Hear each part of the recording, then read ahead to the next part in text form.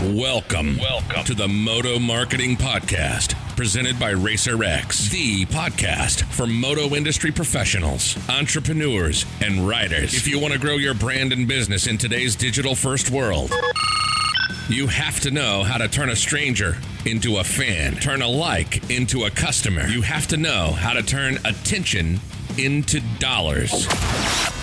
This podcast is dedicated to keeping you in the know on real marketing tactics that work in the moto world so that you grow your business and help grow the sport. Get ready to learn from the very same marketing experts trusted by RacerX, Lucas Oil Pro Motocross, GNCC, and NBC Sports. They'll help you navigate the world of digital marketing for your moto brand. This is the Moto Marketing Podcast. Presented by RacerX. Oh yeah, we're back with another episode of the Moto Marketing Podcast. I'm your host, Luke Nesler. Thanks so much for joining me today. I'm stoked for today's episode. This is somebody that I've been wanting to get on since the concept of the show came about. This is a name that if you listen to this channel often, if you listen to the PulpMX channel often, if you follow the sport closely, you're going to know the name. We've got Paul Perebijnos on today, and I'm excited because Paul never really gets to talk about what Paul's great at. When we hear Paul on all the shows, and he does a great job of it, he's talking about who's going to win this weekend. He's talking about who you should pick for your fantasy team. He's talking about recaps from last weekend.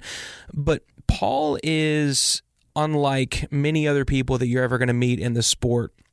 He's somebody that's been a lot of different places, done a lot of different things. He is one of the most intelligent minds in branding, product development, marketing in the sport. And I know that because I've heard some of the most respected people make these comments about Paul. So I wanted to have him on to talk about a little bit about his journey, because you never really have heard this story of how the hell did Paul become a factory mechanic? How did Paul work for Answer? How did Paul make it to Pro Taper and blow that brand up the way he did, and then everything that's going on now with his transition to Renthal? We dive into some really interesting discussions on the value of a rider and what they're doing online versus what they're doing on the track. We also answer a great question that was sent in by a listener at the very end of the show. Be sure to stick around for that as well. Just an excellent question that I think will shed light on a lot of different people's situations and can help bring value to anybody that is looking to grow and monetize their social media efforts. If you have a question for the show, be sure to submit it to questions@motomarketingpodcast.com. Again, that's questions@motomarketingpodcast.com. Super excited to bring you this episode. Again, this show is presented by RacerX. Be sure to subscribe to the magazine. Be sure to subscribe and get the digital edition. I use them both. When I'm at home trying to wind down, I unplug an hour before I go to sleep, I'm reading the magazine, the hard copy. I like to touch it, feel it, flip through the pages. But it's a pain in the butt to take the paper magazine on an airplane when you're traveling a lot. So guess what? They got the digital edition. You can scroll through it. It's great. And my favorite thing about it is, and I'm not an employee at RacerX, so this is genuine. I've read the magazine since I was 9 years old. My favorite thing about it is, yeah, their website's got a lot of great content. Yeah, the YouTube channel's got a lot of great content, the podcast channel, all of that. But, I love to read Wygant's content. I love to hear what Steve Mathis is saying. Always respect the words of Davey Coombs. And there's exclusive content that you only get via the subscription that you can't get anywhere else. That's hands down my favorite thing. So be sure to subscribe to it. It's pennies on the year, right? It doesn't cost hardly anything. So make sure you do it. Get that great content. Support the channel and follow us on social media. It's at Luke Nesler, LukeNesler. Let me know what you think. And again, let's get into the episode. I appreciate you guys being here. Let's dive in. All right, guys, welcome back to another episode of the Moto Marketing Podcast. I'm fired up for today's guest. We've got he might not admit it, but he's a legend in the sport. He's done a lot of different things. Somebody that you are gonna think sounds very familiar. He's a former championship winning mechanic. He's a former racer. He is a co-host that you hear quite often on the PulpMX show, as well as various other podcasts that Steve has. And he is the new U.S. brand manager for Renthal. We got Paul Perebijnos on the line with us today. Paul, I'm excited to have you, man. Thanks for joining us. Yeah, what's up, Luke? I appreciate the grand entrance there, the introduction. That makes me feel cooler than I think I am. But yeah, I'm pleased to do this. Moto and I guess marketing are two of my favorite subjects, and I deal with every day. So I think this is a really, really cool thing you have going here. I'm pleased to talk. Man, I'm excited to have you on, and I think you're a really good example of somebody that obviously gets it. I mean, you've done some really exciting things with your former position at Pro Taper, and which is why they brought you over to Renthal, and just your knowledge of the current state of the union with Moto and what you've done in the past. I mean, you've got a lot of really unique attributes to just your brand, and I've heard you talk in the past on different shows about what products you've helped develop, how you get the word out.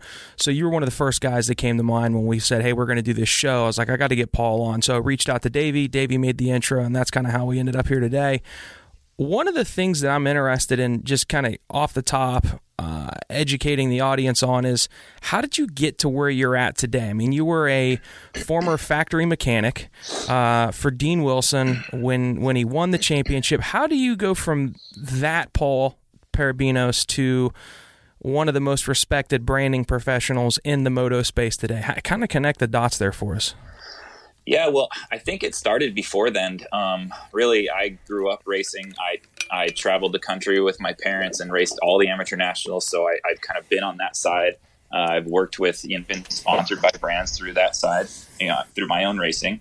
And then as I got older and older, I started first racing professionally as a privateer, I think when I was 16 or 17, and took a year off after high school.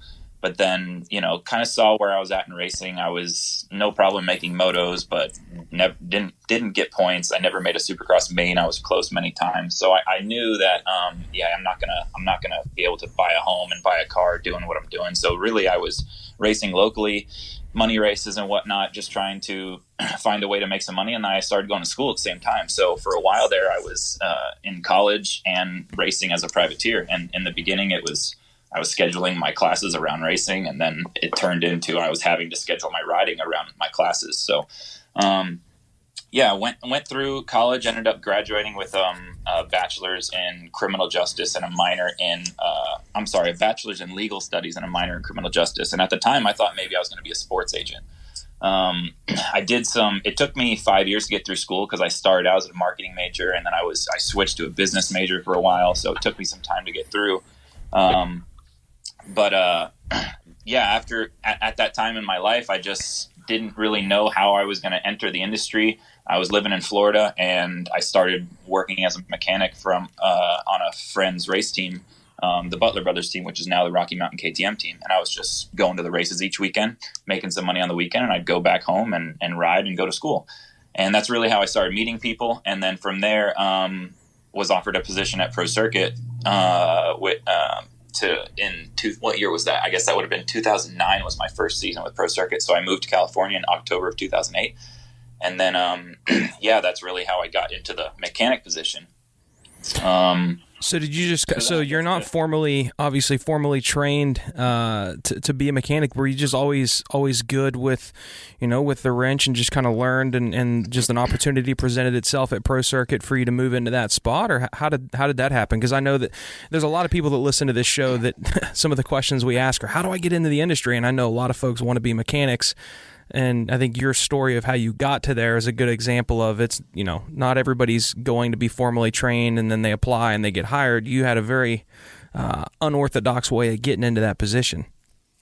Yeah, so I was asked that question lots of times when I was a mechanic and still do sometimes. And and everybody thinks you should go to MMI or do something like that. But really, I personally don't think that's the best way to do it. I think, first and foremost, you have to be an enthusiast and a fan and a rider yourself. I think to be a professional mechanic, you have to understand what it's like to go to the starting line, the nerves of racing, the quick turnaround time, to if you crash in a heat race to get the bike ready for an LCQ, you have to be more race focused than, and I think MMI teaches you to be more dealership focused, more. So really what served me best is being completely honest about who I am, what I can do, and just really working hard at whatever I did. So when I got the opportunity to go to Mitch, it wasn't like he saw me, on the starting line or something and said, "Hey, I'm going to hire that guy." I went by his rig every national I was at and made sure I shook his hand and said hi to him. And then one day they allowed me to come visit the shop, and I was completely honest with Mitch, and he sat me down and he said, "Hey, can you do the job?" And I said, "Heck yeah, I can do the job." But I was honest. I was like, "Hey, I've never even taken apart a bottom end before. I've only done this or done that." And I think Mitch has told me plenty of stories where he's had guys sit in his office and would go on and on about everything they knew. But, oftentimes they don't know as much of what they're talking about. You can't talk to a guy like Mitch when it comes to a motorcycle or how a motorcycle works. So I think he appreciated my honesty. He saw that I graduated college and I finished something. He saw I was a competitive racer myself, and I think he saw that I was willing to work hard. And that's really kind of what got me there. And then once I had that opportunity, I worked really hard for a long time. And as anyone knows, hours at Pro Circuit are very long. And, but it taught me so much being in that team environment. It's kind of a sink or swim environment. And, my kind of big thing is I never want my own actions to be something that's preventing somebody else from doing their job. And I think you learn that a lot at a race team. So, cleaning up after yourself, just making sure you're doing your work so nobody else is waiting on you, because I think that's a big thing that I try to carry through in what I do today. You have to have the tools to do the job, and you can't be somebody that is preventing somebody else from getting a job done. So I think that's kind of that learning process that I learned there has served me well. Yeah, I think there's for certain listeners, I think that story is worth more than a college education, because again, so many people want to get into the industry and they think that it's a matter of applying at the right place at the right time, when really it's a matter of who do you know, making a good impression on those folks, building a reputation. Each person is their own brand, right? Coming from the marketing guy, obviously he's going to say that, but each person is their own brand. So the brand that you built with Mitch in his eyes was more valuable than going and finding an MMI grad.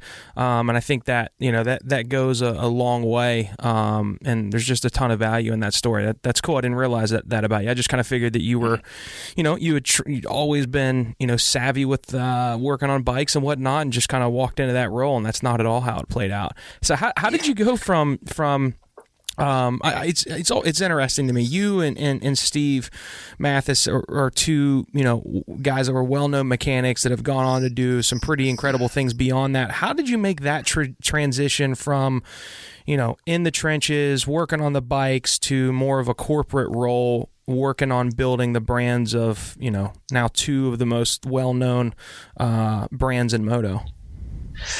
Yeah. So, really it was, I was about to enter, I think, my 6th season at Pro Circuit. And, it was one of those things where I was like, man, I graduated college. Like I can do something else. I can be more than a mechanic in this industry. But it's hard, right? So I was really just kind of keeping my ears open as to opportunities that were out there. And an opportunity came up actually at Answer Racing, through, and the person in charge of hiring there, his name was Dave Casella, and he was a close friend of Nick Way. And I became close friends with Nick Way. So, when the opportunity came up, Nick was like, "Hey, you should talk to Paul." So really it was just that time in my life where I was like, man, I like being a mechanic. I love, going to the races, but it's a lot. The hours are long. Mm-hmm. You travel so much. And I was at the point where I was wanting to buy a home. I was wanting to start a family. And again, I was like, man, I think I can do something else. I want to learn something else. So I interviewed with those guys, and obviously prepared a resume, do all that stuff. And again, anything I do, if you talk to any of my friends, my close friends, anything I do, I'm extremely competitive and I try to do it as best as I can. That's just in my nature, I guess. I'd rather not do anything than do it half-assed. So if I'm going to do something, I give it my absolute best. So I came prepared for the interview. I had my resume in line. I always return phone calls timely, always be punctual, do everything I could to again, when you say, build your brand, that's really what it is. You're building your reputation in the industry. And I want to be somebody in the industry that people know they can pass the ball to, and I won't drop it, that I'm a man of my word. I do what I say what I do. And that's a lot of what I learned a lot of that from Mitch Payton and how he goes about things. So they offered me the job, and it's tricky because you want to try to time those things to where it's especially with a race team, you really should only exit a race team in like September or October if you want to do it correctly. Exiting a race team any other time is really, you leave the team, the rider, all kinds of things in a bad position. So I was able to time that. And it was an opportunity that I was kind of scared to do because I was taking a big pay cut to do it. Like, I was an established mechanic. I was the most senior mechanic at Pro Circuit at the time. And I was making very good money. And, I took this opportunity and took a lot less money to do it. And it went from being a contractor to an employee. So now my taxes are being taken out. I don't have to worry about insurance, but you're bringing home a hell of a lot less. So, right. Living in a part of the country that's not cheap to live in. Oh, exactly. Right. Yeah. Southern California is expensive as hell. So, but I was like, you know what? I want to do this. I believe in myself. I think this is the start to how I can get to the other side of the industry. And then, when I got in there, I was the Answer apparel marketing manager. So I was kind of, it really started to evolve. It was kind of like dealing with advertising or media outlets, trying to negotiate ad buys on where we're going to advertise, how much we're going to spend, hiring the riders, writing contracts. I assume you just, same with being a mechanic. I mean, you just learned that as you went, because I mean, you were in school at one point for marketing and advertising, but you had no formal training on what the hell is an ad buy? How do I place it? What's a good rate? Like, what's a good timing? Like, did you just learn all of the marketing and logistics side of it as you went? Yeah. I mean, I just kind of, thought on my feet, right? And tried to, I'm never afraid to ask questions and reach out to my peers. And, so I would reach out to friends and say, hey, what's your advice here? Or this is what I'm thinking. Is my read correct? And really it just comes from being a fan and knowing the sport inside and out. I know, obviously every kind of aspect of racing and riding. I know what that family goes through, what that rider goes through. I understand that the brand side of it, it's a business and these brands need to make money. So many riders think that, these brands just can give away so many things, but at the end of the day, like, you have a budget, and you have to stick to it. So if I was given a budget, I would make sure I stick to it no matter. And sometimes you're put in very difficult positions to do that because you have friends calling you. I have so many people calling, hey, give me this, give me that. And it's like, hey, I got this amount to spend. I'm not going to spend $1 over. I'm sorry if you don't understand that, but I have to do my job and I have to make some tough decisions sometimes. And I just try to do it with integrity and just be straightforward with people. And they have to understand that sometimes changes need to be made and businesses need to evolve. And I use the Blockbuster example all the time as an example of a business that just didn't evolve, that didn't change with the times. And, they had a meeting with the CEO of Netflix and they turned them down and look where Netflix is at now and look where Blockbuster is now. So I think you always have to be open to change, be smart, be aware and kind of think and just use your best common judgment. But yeah, a lot of what I do today, I wasn't formally trained on. It's just from looking at other examples, looking at outside the industry examples. What's Nike doing? What's, what are these other brands that I think are cool are doing? And you just kind of learn as you go, I guess. Yeah. It's funny, man. Everything you're saying, I completely agree with, and I can relate to, because I mean, my first business that eventually transformed into the ad agency that I run now, it was a video production company. And I had 3 friends that went to film school. I didn't. I went to West Virginia University. It was the #1 party school in the country. And I started making more than some of my professors did before I was out of college because I learned myself how to do video production off of YouTube tutorials. I now run an ad agency. I had a minor in communications and a major in journalism. Like, I don't know what I learned from that necessarily, but it wasn't marketing and advertising. It wasn't social media.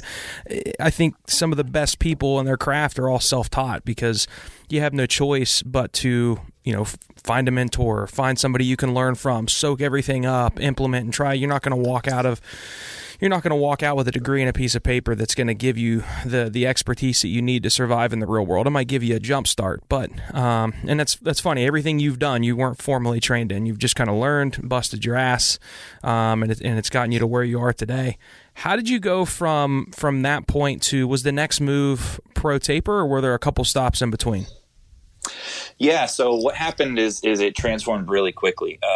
I started with Answer in October, and then already in January, there was a vacant position at Pro Taper. A really good friend of mine left Pro Taper to pursue another opportunity, and my boss at the time, Dave Casella, the guy that hired me, thought that I would be a great fit for Pro Taper. And when I thought about it, I was like, yeah, it's not as glamorous and fancy as apparel, I guess, but you know what? I do know a lot about hard parts and how they interact with a race team. And I knew a lot about the product line already. I mean, a fair amount, I guess, because I was always a Renthal guy growing up, so I was always sponsored by Renthal as I raced. I was at Pro Circuit, which is Renthal. So I had to learn a whole nother brand and become a different person, kind of, and kind of educate myself about that brand. But a lot of what dealt with Pro Taper, I knew, because also my first job was with my dad. My dad was a machinist, so he ran his own machine shop. So I ran machines sometimes. So I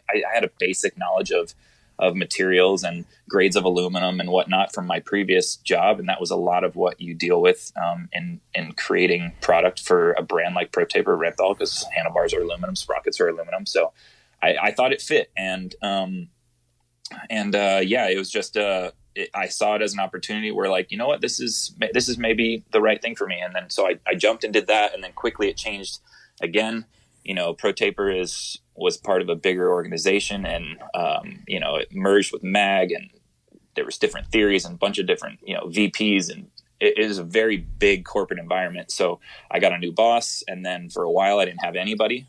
So I was really just by myself, kind of running a brand, running a business. So then all of a sudden I'm getting financial statements, and it evolved very, very quickly. And it wasn't just marketing. I was dealing with the vendors. I was like, hey, we need to make some, this, it all started really with a grip. I was like, this grip is selling so well, we should make it in other colors. And that's as simple as it started. And then I was like, you know what, we can, I have a friend here that's,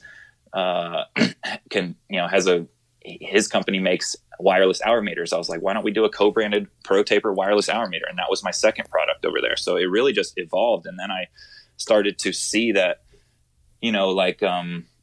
what we're spending on marketing, and then when you look at cost of goods sold and operating expenses, and then you start getting to the salaries of everybody in the business and overall expenses, and you're looking at EBITDA, and it really became, I just got immersed into it, and I was into it. Like you just continue to get thrown to the wolves in every career that you're in, and then it's just like you adapt and thrive in that. I mean, you're talking about, you've never owned a business, and now all of a sudden you're getting financial statements and a lot of people have no idea what EBITDA even means, and you're having to learn all this stuff as you go. Do you think that's what made you, as strong of a professional as you are today? You didn't really have somebody there to handhold. It's just like, hey man, I trust you, figure it out. Maybe. But honestly, I just think it's something in me that I just despise failure and hate to fail. Yeah. And I looked at it that as I was like, man, I've essentially been handed this business to run. Like, this is an opportunity for me to learn a hell of a lot and to see if I can do a good job, because maybe one day I'll be my own business owner. Right. So I worked very hard. I'm not the type of guy where, hey, it's 5 o'clock, I'm leaving. If I have a lot to get done, I'll stay late and get it all done, because I know if I don't, then the next day is going to be even harder. Yeah. So sometimes you have to put in long days or long nights just to get caught up. And to me, I have to stay organized, and I'm more at peace, and I'm better to deal with at home, I guess, for my wife and my kid and everyone, if I have my life organized and I'm on top of what I'm doing. because if I'm not, I feel stressed and I feel like I gotta go work harder to get it done. So I think it's just a character inherently in me that and maybe something I learned at Pro Circuit, that's either you sink or swim, and I don't ever want to sink. So yeah, I respect that, man. I mean, I don't think everybody's built that way, and I think every industry you have to have that to some level to be successful, man. Especially in moto. I mean, you've got to have those type of personality traits to be successful and have as many jobs that you've had and had that success there and built the reputation you've had. So that's awesome, man. I have a lot of respect for that. So that led from you did a lot of awesome things at Pro Taper. I think you grew your brand, in my opinion, probably the most out of anywhere at Pro Taper as this branding product development guru that can really pump up a brand, which I think is one thing led to another, and this opportunity arises at Renthal, which you haven't been there long. Made the announcement here not long ago. I think I heard it on Instagram, or I don't know, maybe Steve talked about it on the Pulp Show.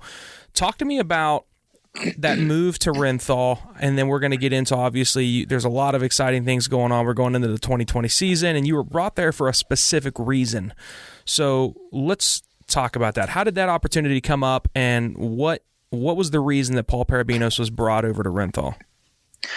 Yeah, so I mean, it really started slowly a long time ago, right? So I've always known the Renthal guys, and there was a time there when Mag and Tucker merged. Renthal was owned by Mag at the time, Motorsports Aftermarket Group, and Pro Taper was owned by Tucker Power Sports, and we merged, and so we were essentially sister companies for a while. And that is an opportunity where you can really start to show your true colors, and you know, when you're essentially Pepsi and Coca-Cola under the same roof going for the same customers, it can be tricky, and it's very easily to get slimy with it. And I tried very hard to be be a man of integrity, I guess, and how I was going about Pro Taper business during that time. You know, we're sitting in meetings, I'm looking at their sales, they're looking at our sales. It was very weird, I guess, right? So, but I always looked at it as a drag race. I tried to, and I use this analogy often, I tried to win the race, but I wasn't going to cross the line into the other brand's lane, I guess you could say. So I guess you have to try to find the angles where you feel your brand can win at, and then promote those angles, right? And I try to do it in a way where I never spoke badly about the competition. And to me, that was easy because Renthal is a brand you can't speak bad about. They have a great reputation in the industry. Their product quality is second to none. So to me, if I'm saying something derogatory about Renthal in a sales presentation or something to promote Pro Taper, I feel like I'd be looked at as a used car salesman or like not genuine. And I never take the salesman route when I'm trying to do a sales, presentation or something. I just speak from honesty and I tell a story, and you have to let the consumer choose, basically. Let them have their own decision. So really, I guess through my successes at Pro Taper, I started talking to the Renthal guys more. That business changed. They bought their brand back in July of 2018, and they became an independently owned brand. And, during that, around that time, I was starting to try to think more globally with Pro Taper and try to make it really a global brand. And I guess, Renthal, we've always talked at shows and what have you. And they started making some comments like, "Oh, you're doing such a great job. You're working for the wrong brand," things like that, just in conversations over a beer or something, right? And then I think the opportunity came about when things really started to change for me at Pro Taper. Pro Taper is owned by Tucker Power Sports, which is owned by a private equity group, and there's decisions being made inside of a boardroom that are having to be carried out through the organization. And I guess through all of this, I've learned that private equity is it's tough for me, at least. It's tough for me because I think the unique thing about power sports is that you have to have power sports experience to be successful. Plenty of people have gotten jobs, or offers in front of me because they've had this grand resume, educated at all these fancy schools with all these great things, but they don't know the difference between a filter and a swing arm. And I saw a lot of I saw a lot of those decisions being made or opportunities being handed to people that didn't have power sports experience. And I think it started to have a negative effect inside the organization. So people were leaving, sales weren't going the right way. So things were changing at Tucker and Pro Taper. And it just so happened that, I stayed in contact with the Renthal guys. We chatted up a little bit more. And then before you know it, we were talking about, hey, what would it take to bring you to Renthal? So now that you're, and again, it goes back to how you conducted yourself. I mean, you could have taken the, trash talk the other guy, and it would have burnt the bridge when that bridge needed to be there to make it move. But, your personal brand, you understood that you are a brand, and you did everything you could to make it as strong as you could, and that's what presented that opportunity. So now that you're there, you had mentioned when you had made the announcement that you were brought on to recharge the Renthal brand, which is really the main reason I wanted to bring you on the show today, because you did some pretty awesome things at Pro Taper. Without disclosing any information that you're not able to let the public know, like what's up your sleeve? How do you see going about recharging the Renthal brand or blowing it up bigger than it already is today in a 2020, 2021, 2022 world to where it is very digital? We still do have traditional media platforms that are thriving like RacerX. You still have options available like, okay, do I wrap the tough blocks at the Supercross? Like how do you find that mixture, that right mixture to recharge that brand in today's world? Yeah. So, I mean, that's very difficult to do because, there are more places to put the money than you have money to put the places. Right. So, that's right. That's awesome. So there's a lot of hard conversations that you have to have, and you have to turn people down just because it's not an endless budget. You have to stay within your means. And so yeah, like I've been brought on to kind of change things up a little bit, and Renthal is a brand that has done a lot of the same things for a long time. So there's going to be some people that are upset with decisions that are being made, but that's and that's very, very hard to do. And I'm trying to do it in a way that people can understand that we have to evolve our business to continue to grow, and that's my top line goal, is to see Renthal grow. That's really what I want to see happen. So so it's a matter of, looking at the space, knowing your customer, knowing your competition, where your competition participating, where are they not? And really, I have a very good knowledge of what Pro Taper is doing, obviously, and our customer and the customer that Renthal and Pro Taper compete with. So really, I'm just trying to make some slow changes to Renthal marketing, after, conversations with our team at Renthal in England. So, really I'm kind of suggesting a path, and then we'll all meet and agree on it and go down that path, really is kind of how it's starting. And that's about, maybe moving some money to podcasting, maybe moving some money to digital, maybe, kind of changing up the athletes or teams that we support, trying to find, partners or people to support that are providing us content, that have really good social media followings, that have YouTube channels. Really, it's evolved where it's not so much just about results anymore. It just isn't.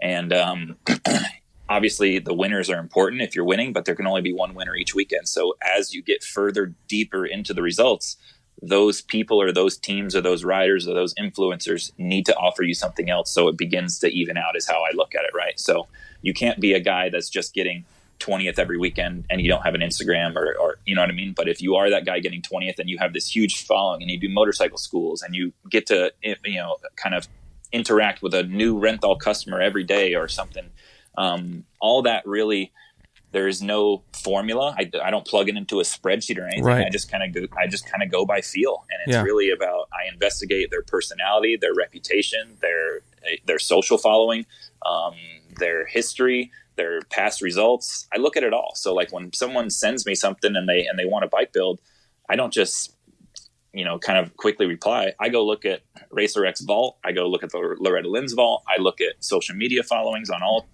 Facebook, Twitter, Instagram. how much attention is on that rider, on that asset that's going to represent you guys the way you wanted to be represented. Well, one of the things that I wanted to bring up, and he's somebody that I think would make for a great guest on the show, and he's somebody that you know really well, is Dino. So with what Dean Wilson did last year when he was kind of down and out and didn't have a ride, from a marketing standpoint, I think his stock was higher than some of the top riders that just keep to themselves, are quiet. You never hear from them or see them except for on race day. What do you think of what Dean has done in the past with his Instagram and his YouTube in comparison to some of the top riders that might have a better result, but you never hear from them or see them except for, under the lights at a Supercross race? Yeah, I mean, I've told Dean this in the past, and he has a career waiting for him and a business opportunity waiting for him when he wants to start racing, and he doesn't even realize it yet because he's so focused on racing. But he's so naturally good at social media, and it's just because he's into it, and that's his personality, and he's done such a great job promoting himself when he has been hurt, and I think it's been a result of boredom and his injuries. When you're he's got to do something up on the couch. Yep. Yeah, when you're laid up on the couch with 2 ACLs and you can't walk, like, you got to do something. He has a busy mind and he can't just sit in one spot. So I think he's forced himself to educate himself on things, and I've even made the joke that, like, hey, when your time is done, like, I don't see you doing schools in Canada or something like a lot of other guys do. Like, I would hire you to run a social media for a brand, like, because I think you would do a great job. All you have to do is educate yourself on the brand and what that brand's goals are. But when it comes to creating interaction and content, like, he does a great job, and it doesn't come off as salesman pitch. It's purely organic. It's just him showing his personality. And I think there'll be a time when Dean retires from racing and he evolves into what his next thing will be. And I think that'd be a great place for him to go, is to kind of run social media for companies or athletes or brands, because I think he'd be great at it. Do you think that that's something that more athletes, obviously more athletes need to do it, but do you think that there is a lot of money being left on the table for athletes that could do a lot of what Dean's done? Or a good example is Seven Deuce Deuce or AJ Catanzaro, to where that has elevated their career to a level that, in my opinion, it wouldn't be if they weren't doing what they're doing on social. Do you think there's a lot of missed opportunities for their riders that brands like Renthal would see value in, that could help the rider as well as help the brand? It's hard to say. I think Seven Deuce Deuce is a great example that you bring up. Like, so he's done a fabulous job in making himself accessible and promoting himself and his personality and being good at the other stuff, right? So if you look at somebody that is similar in his skill and results that doesn't do that, I bet you he gets 20 times the amount of support than that other guy that you would be compared to as far as lap times and results goes. So, but it's hard. It's not easy for everybody to do. There's some riders that just don't have the personality to do it. They don't want to do it. When they try to do it, it comes off like a sales pitch, which nobody likes. So it's difficult. It's not for everybody, and some people are better than others. I think at this day and age where we're at now, and about to enter 2020, like, you can't ignore it anymore. And for a while, going back to kind of the decisions that I make for a brand, I ignored it for a bit, almost because I felt like I was young in the industry making kind of those decisions, and I almost felt that if I was getting on board too early with social media at my age, it wouldn't be respected by my elders inside the company, if that makes any type of sense, right? Oh, absolutely. Yeah. But now it's a mix of, hey, I've gotten older, I'm more confident in the choices I've made and what the results will come from it. And now I think social media has become such a prevalent kind of tool, and how it's evolved into podcasting. There's opportunities for sure, but it's hard to pinpoint like who's missing them or what they can do to change that. I think I just go on feel with a lot of stuff, right? Yeah. So. What's in your opinion, one of the things that we get asked a lot with the agency that I run is, how are you guys going to turn attention in the revenue? How am I going to turn this exposure we're getting online into trackable sales? That's what we get hired to do. So one of the questions that I like to ask folks is, what's, in your opinion, what's the number one thing that you are doing, or since it's such a fresh position that you have in the works to do, what's your number one answer for how you're going to get attention on the Renthal brand? Or is it a mixture and array of things? Yeah, I think it's a mixture, and it's so hard to quantify marketing, right? Like you can put 10 marketing professionals in a room and everybody would have a different opinion on different things. So I think it's very tricky. And again, I just go by what I see happening in other industries and what I feel will work. And I think what I see working the most is giving people and customers more insight, more information, not being so secretive, and sharing as much as you can with them. So that's why I really like podcasts. You get to hear from a person inside the brand, hear their tone of voice, get some insight. I'm not saying that we need to be giving away every secret and tell them like, hey, this is what we're coming out with in 2020. This is what we're coming out in 2021. Like, that's not what I mean, but give customers more information so they can make their own decision on for themselves, really. When it comes to Renthal, a lot of our spend is on race teams and to support guys to go racing. We feel a lot of customers make purchase decisions based on who they see winning and their favorite rider. So we always like to partner with the race teams and the riders that are having the most success. And that's really what Renthal has been built on, right? We're a championship driven company. We have over 400 titles in the history of the brand, between world and US titles and across all disciplines, and no other brand can come close. So a lot of our money goes there because that's also keeping competitor product off those bikes. So there's a lot of competition in kind of that space between, for Renthal and brands that compete with Renthal. And then after that, there's not a ton left. So I think a lot of that focus has to go into new products. I think new products is what keeps a brand exciting and sustains a brand over time. So a lot of my focus goes there. And when we do have a new product, it needs to be launched correctly so the entire world knows about it at the same time and product is available to buy the next day. I think that's important. You want to capitalize on that initial buzz, and that's something that everybody does in the apparel world. That as you trickle down to other areas of moto, people don't do as good of a job at it. So I'm really trying to with Renthal, I want to make a new product release. I want it to be like a Fox product release or a Fly Racing or one of these top end apparel brands or OEMs, for instance, do a huge, great job of it. Right. So I look at under other industries, other brands, other segments, and kind of take their ideas and see how I can apply it to Renthal based on what we have to spend. And then from there, I think social media is really important again. I think kind of passive branding and passive marketing to where our image is out there for people to see on websites, on places they frequent. It needs to be updated often. I feel I like to have fresh content. I don't want a web banner sitting on a website for 2 months and it's the same image. I think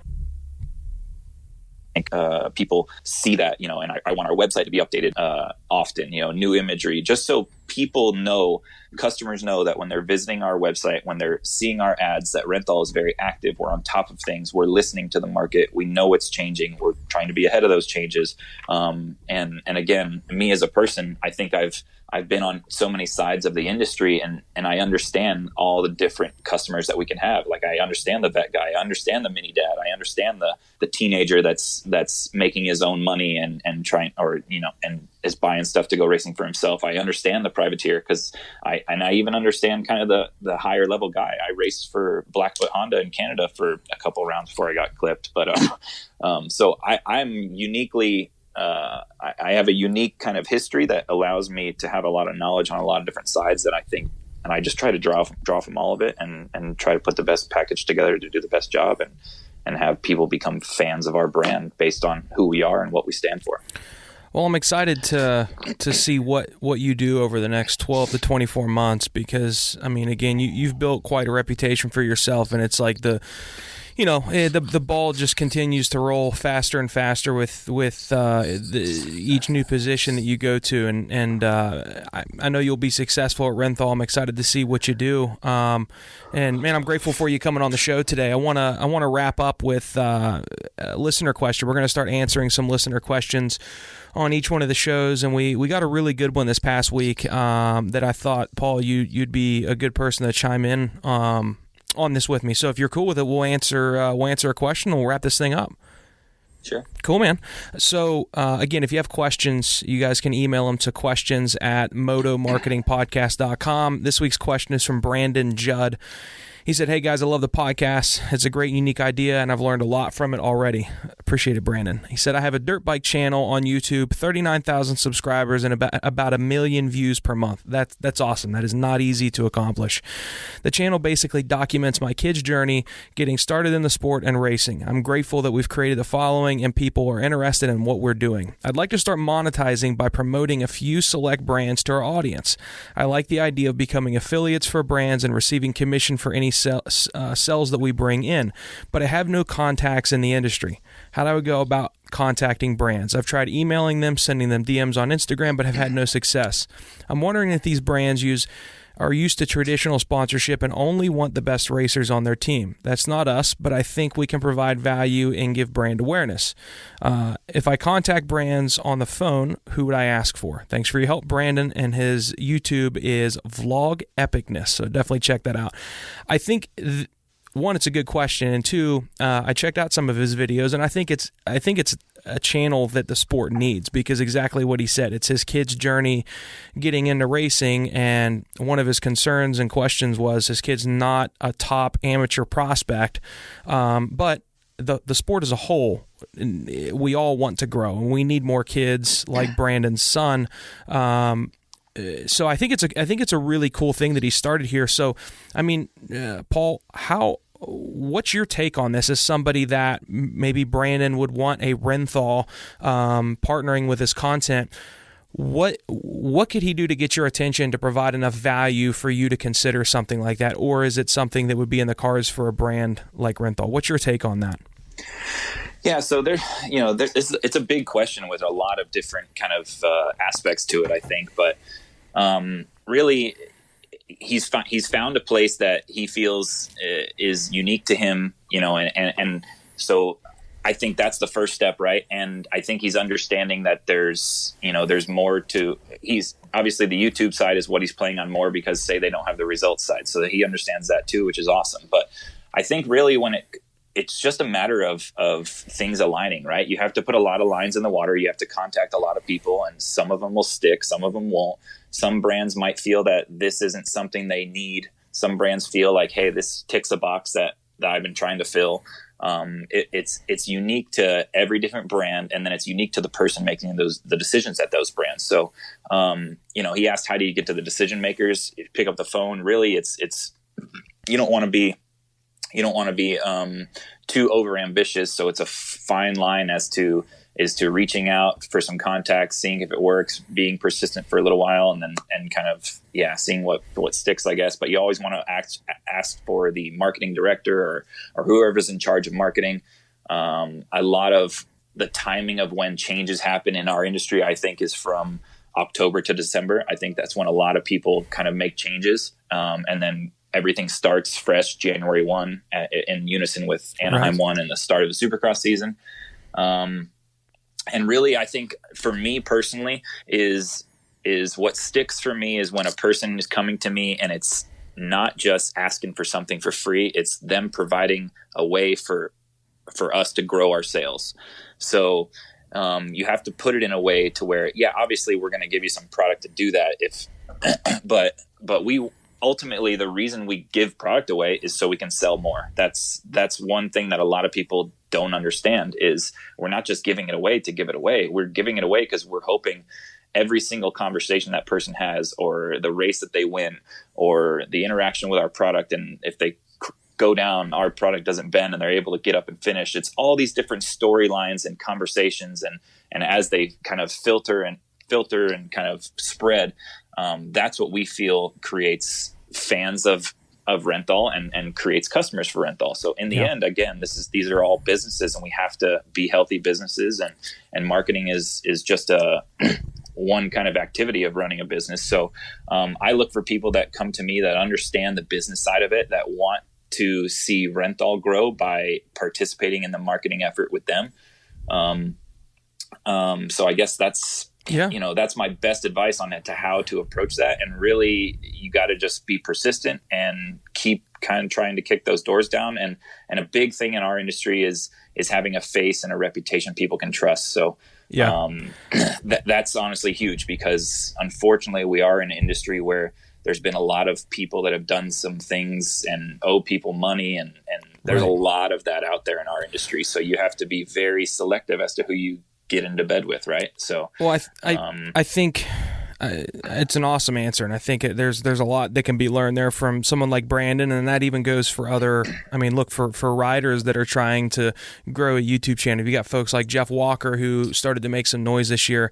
I'll kind of add to this, and then we'll kind of wrap up. So, I think the biggest thing for Brandon and people like Brandon to keep in mind, getting the attention of the right person is not hard. You're just not seeing the signs that are right in front of you. It's very easy to know who you need to talk to at Renthal, because Paul Perebijnos is on every single one of Pulp's shows multiple times a week, and you know that he works there. I can tell you a contact at Fly right now because I listen to him every week on a podcast. His name's Jason Thomas. Like those names are there. They're in front of you. So it's not a matter of I don't know who to ask for. It's a matter of getting their attention, which just requires you to reach out. But so that's easy. It's a matter of what you do when you get their attention. So if somebody were to go to you, Paul, and ask, but not really you're there for the wrong reason, right? If you're starting this, it needs to be Brandon going to someone like you or like a JT and being like, look, being super honest. Hey, I've got this channel. It's doing well. It's got 39,000 subscribers, 1 million views per month. I'd like to start seeing if I can provide brands like Renthal value, rather than saying, hey, can you guys float us some product? And so it's being asked the wrong way. I really want to see if we can bring you guys value. Would you be interested in working with us to see if we can help you move products? So it's a matter of changing your tone and what you're saying to someone like Paul that is there to make business decisions. And if you're there trying to ask, and not tell someone like Paul, hey, I think I can help. Here's how I can help. Would you be interested in testing to see if we can bring you value? And if it works, great. Then we can continue the discussion. If not, then obviously whatever's worked out. So I think that's a big part of it, and not being afraid to work for little to nothing to get things started. I had $1 million company when I went to Davey Coombs for the first time and said, hey, look, give me a shot at helping you with the Nationals and helping you with Racer X. And I took very little, next to nothing the first time, and I already had $1 million company. I wanted to show that I could bring him value, prove my worth to him, and then that's what got the ball rolling. And I think that would be a good tip as well for Brandon. And then just understanding everything that Paul just said, that's what's of value to a brand like Renthal, and it's going to be the same for other brands as well. So, I go ahead. Like what you said at the end. I like what you said at the end there, that you have to be willing to work hard and work for nothing in the beginning, because that's my first job in the industry. I was getting $300 a weekend sleeping in a semi. So I think it's all that's kind of what it takes to break in sometimes. Yeah. And we all have a pool to pull from, and we make sure the pool is completely full each time. So oftentimes when we get a new opportunity, there just isn't room, but you have to be persistent, and you have to show us value, and eventually, if you're persistent and passionate, I think you'll find success. Well, Paul, I'm grateful for you to come on the show, and I look forward to talking with you more and just seeing what you're doing at Renthal this year. And I know you have a lot of exciting things in the works. Obviously, where can people follow your journey and what you have in store? You're all over the place. I mean, you just got back from a massive show, and you're just kind of bouncing all over. Where can people follow that? Do you have an Instagram page that we could check out? Yeah. My own personal page. I never really promoted myself, but it's just my full name at Paul Perebijnos. But really, follow Renthal _Moto. on Instagram, on Twitter, www.renthal.com for all kind of Renthal stuff. I do put some stuff on my story sometimes for all the places I go and, on my work travels. And I'm happy to share that with people. Just for instance, the Italy trip for one is something I love to share because that show is very, very impressive. And it makes me feel like we're part of something really big and important in this industry. And sometimes it can be looked at as being really small, but yeah, motorcycling globally is very big when you think outside of the U.S. for sure. Obviously, the U.S. is a great big market, but it's a lot bigger than most U.S. citizens, I think. So yeah. Awesome, man. Well, I appreciate you being on the show, and we'll make sure everybody follows you. We'll put all the information in the show notes, and be on the lookout for what Renthal has coming because Paul's definitely got some exciting stuff up his sleeve. So I appreciate it, Paul.